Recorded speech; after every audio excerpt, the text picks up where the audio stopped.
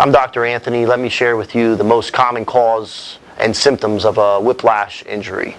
A whiplash injury is a major trauma. It's most commonly occurs with a car accident.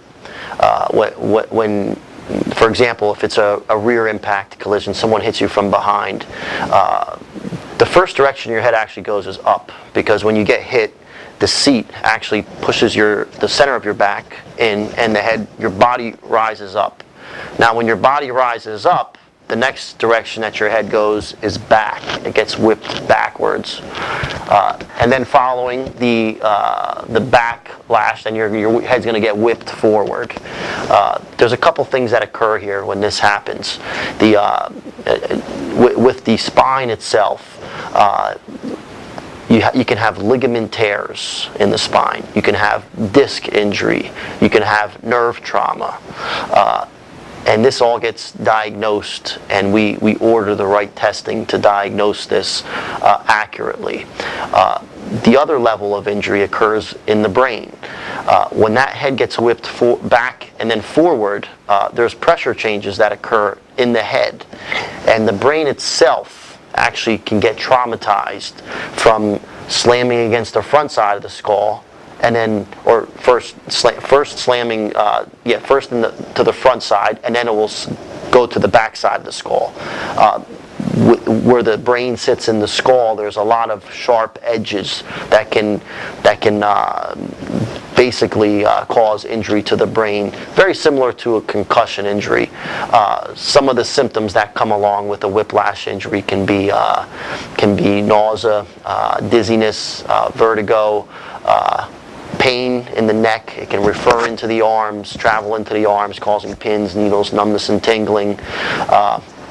Restricted mobility, also muscle spasm.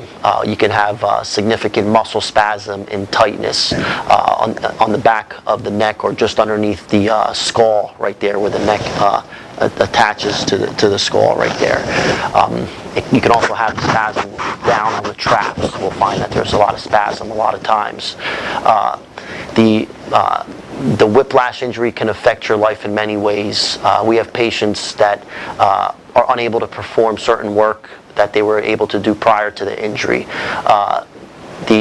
For example, if they use their arms, or if they're doing repetitive activities at work where they requires them to exert themselves for periods of time, or they're unable to perform those activities.